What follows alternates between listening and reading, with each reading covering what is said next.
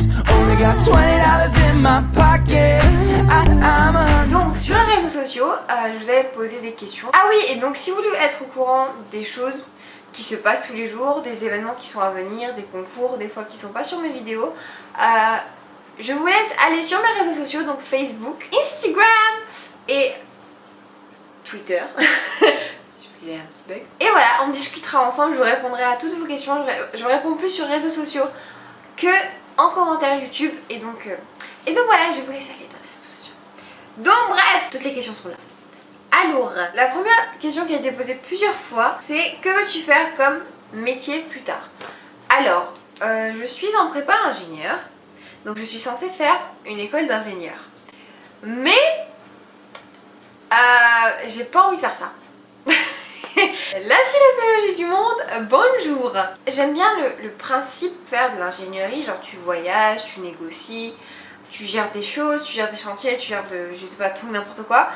Tu gagnes bien ta vie, mais plus je vois ce qui se passe, genre la méca, l'électricité, tout ça, plus je me dis que c'est vraiment pas fait pour moi. Et moi ce qui me passionne c'est la mode, c'est la beauté, c'est les vidéos sur YouTube, créer sa propre marque, ça m'intéresse vraiment. Mais le problème c'est que en même temps j'ai vraiment envie de gagner ma vie.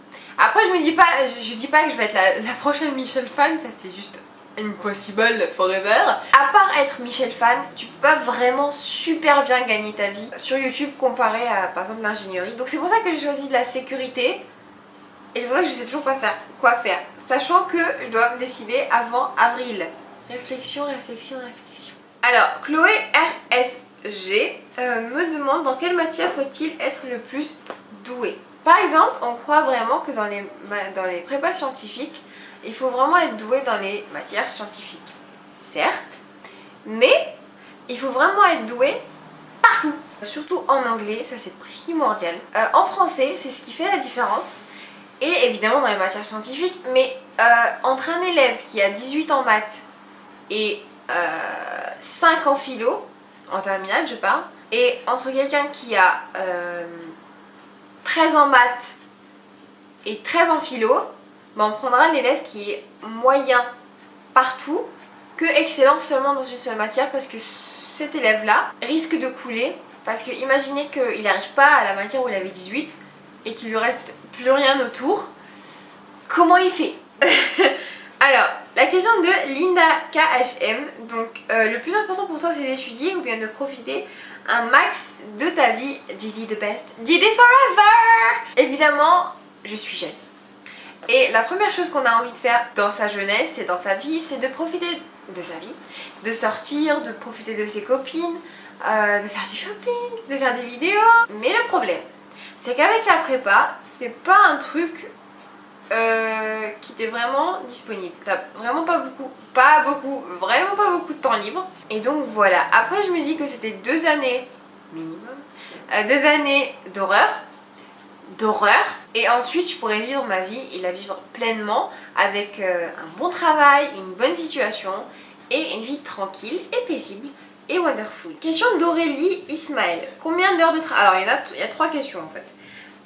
Combien d'heures de travail perso tu fais en moyenne chaque soir? Environ 5 heures de travail par soir. Il faut environ 3 heures de travail efficace. C'est-à-dire que tu fais pas une seule chose pendant 3 heures, tu fais à peu près beaucoup de choses. Tu relis tes cours, tu essaies de faire des fiches si tu peux, tu fais des exos qui sont demandés, tu prépares tes calls, etc., etc. Et il faut vraiment organiser ces heures de travail, même si tu es fatigué et même si ton régime est un peu plus lent que la journée, mais il faut faire pression sur soi. Deuxième question, travailles-tu le week-end en sachant que le samedi il a DS? Donc le samedi, après avoir eu DS, je travaille pas toute la journée. Je fais des vidéos, donc je me consacre à YouTube, donc c'est ma seule échappatoire. Mais par contre le dimanche, donc je publie ma vidéo. Et après ça, je m'attaque à mes devoirs et à mes révisions et je me prépare pour la semaine. Et dernière question, et les vacances, elles se repos total ou travail à fond? Alors, c'est pas un repos total, c'est impossible parce que vous avez vraiment beaucoup de choses à faire, genre des gros DM, des gros analyses documentaires, enfin voilà, des choses comme ça. Ce que je fais, c'est que pendant ma semaine de vidéo, Donc la première semaine des vacances, j'essaie de faire minimum, je dis pas que j'y arrive mais j'essaie, 1 heure de travail par jour. Et dès la deuxième semaine, donc c'est pour ça que je filme le plus possible pendant la première semaine et les édite le plus possible, comme ça, pendant que je fais mes devoirs à fond pendant la deuxième, je publie en même temps des vidéos. Organisation girl. Une très grosse question de Ibaben.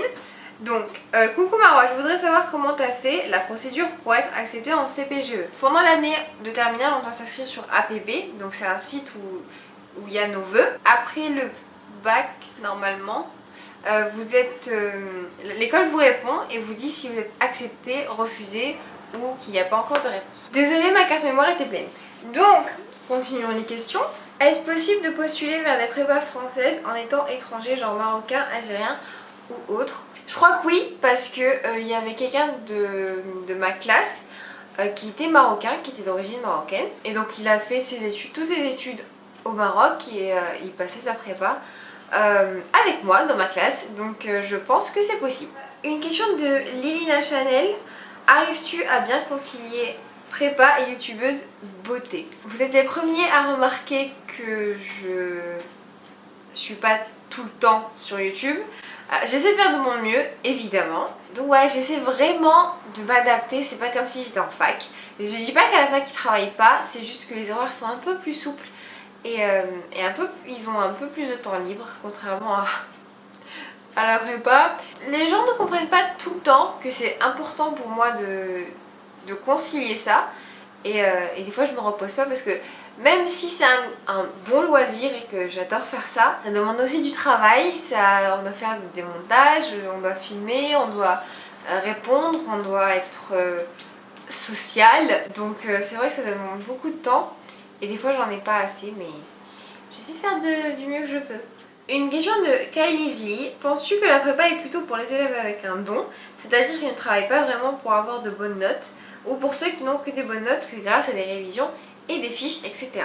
Alors, je pense que c'est plutôt vers des élèves comme ça qui révisent, qui travaillent, qui bossent, parce que même si on a un don, on peut parfois avoir des lacunes. J'ai remarqué ça, je suis pas la première de ma classe, ça c'est sûr et certain, mais j'ai remarqué ça dans les meilleurs de la classe. Ils connaissaient les règles générales de tous les cours, etc., les méthodes très très bien. Des fois dans les détails, ils n'arrivaient pas trop parce qu'ils n'avaient pas lu leur cours ou parce qu'ils n'avaient pas fait de fiches, parce qu'ils n'avaient pas révisé. Je pense que la prépa, c'est vraiment, même pas juste la prépa, les études en général, il faut vraiment réviser, il faut vraiment étudier, il faut comprendre le cours.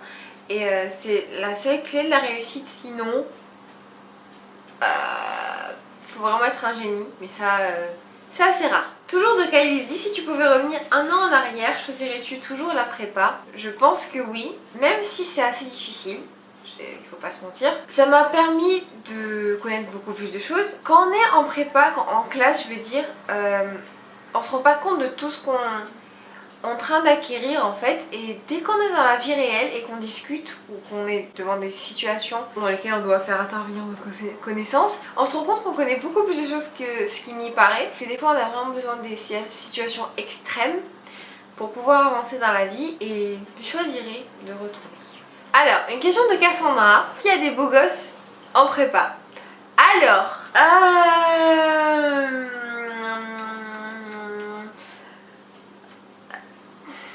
les filles de ma classe n'ont pas été super chanceuses en matière de beaux gosses. Il n'y avait pas vraiment...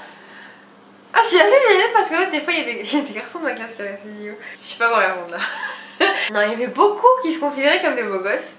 Mais il y en avait très peu. Par contre, parce qu'en fait, dans mon lycée, il y a une PCSI, donc ma classe, et il y a 2 PTSI parce qu'il est un peu plus spécialisé en PTSI. Donc, des PTSI, là il y avait des beaux gosses. Oh mon dieu! Et on était vraiment contents parce qu'ils étaient là dans les couloirs et tout. Ah, ils étaient beaux! Non, franchement, ils étaient beaux, hein. Ils étaient grands, musclés, forts, beaux. Dans notre classe, c'était. C'est pas trop ça. D'ailleurs, il n'y en avait aucun qui savait vraiment s'habiller. Non, mais sinon, ça va, ils étaient gentils, hein. Non, franchement, ils étaient gentils. Bref. Une question de Nimomax Samed. Wouh! Je pense quitter la France après la prépa. Alors, oui et non. Si j'ai la chance d'intégrer une école d'ingénieur, je pense qu'en première année, on fait un stage à l'étranger, donc on peut rester en France, mais on peut faire un stage à l'étranger selon les écoles. Donc il y a des stages au Canada, en Corée, en Allemagne, partout. Et donc oui, forcément, je devrais quitter la France.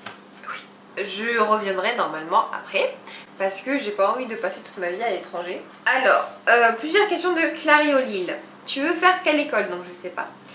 Combien de filles dans ta classe? On était sur 35 élèves, il y avait 1, 2, 3... On était 8 filles. Vive la mixité. Bah comme quoi. Elle me dit, moi aussi j'ai fait une sup spé, donc 2 années. Ensuite une super école à Rouen depuis 3 ans. Maintenant je travaille, je comprends la difficulté de la prépa. Bon courage et bonne sieste, après c'est que du bonheur. Donc comme quoi, quand je vous disais que les élèves qui partaient en école d'ingénieur, enfin en école après la prépa, bah ils étaient contents. Tu as combien de mois de vacances en tout à l'année? Alors vu que je suis dans un lycée, j'ai exactement le même calendrier scolaire que les lycéens. Alors je veux savoir si ça prend plus d'énergie et de temps que la fac, le BTS, etc. Oui, donc ça prend plus de temps parce que il y a beaucoup plus de choses à apprendre en très peu de temps. Parce qu'il faut savoir que par exemple une année de prépa est équivalente à 1 année et demie, voire 2 années de fac.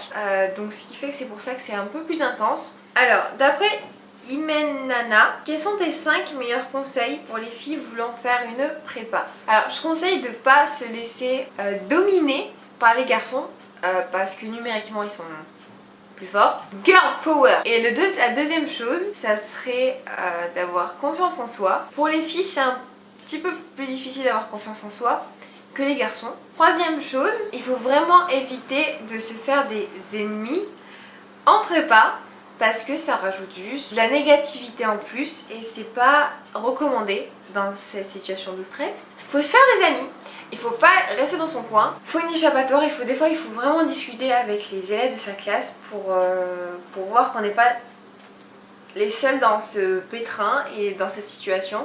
Même si les autres ne le montrent pas, des fois ils stressent beaucoup plus que vous, ils sont plus fatigués que vous, etc. Et donc voilà, il faut se socialiser. Quatrième chose, ça serait prendre le temps de prendre soin de soi. Il faut toujours